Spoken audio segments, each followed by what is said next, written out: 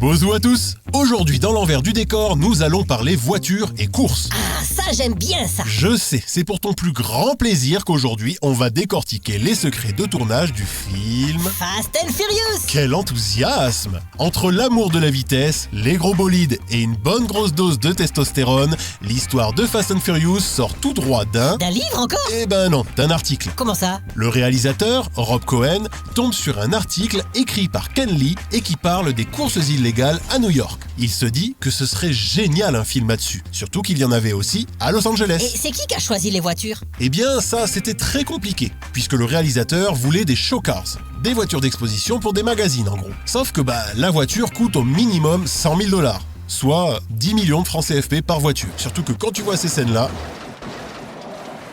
Et comment ils ont fait du coup? eh bien l'équipe a loué des voitures. Ils les ont exposées dans les studios Universal et le réalisateur a choisi les modèles qui seront dupliqués x5 ou x7. Et la fameuse Supra, c'est un prêt du directeur technique du film. Ah ouais, le budget il était serré sur le premier opus. Est-ce que tu savais que Letty et Mia n'avaient pas le permis et elles ont dû le passer si elles voulaient jouer dans le film? L'engin, j'avoue, c'est pas pratique pour un film qui parle à 95% de voitures. Mais comment ils ont fait pour faire toutes les cascades?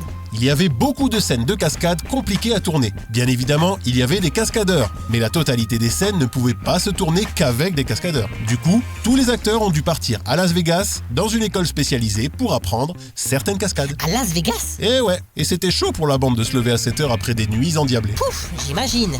C'est la magie du cinéma.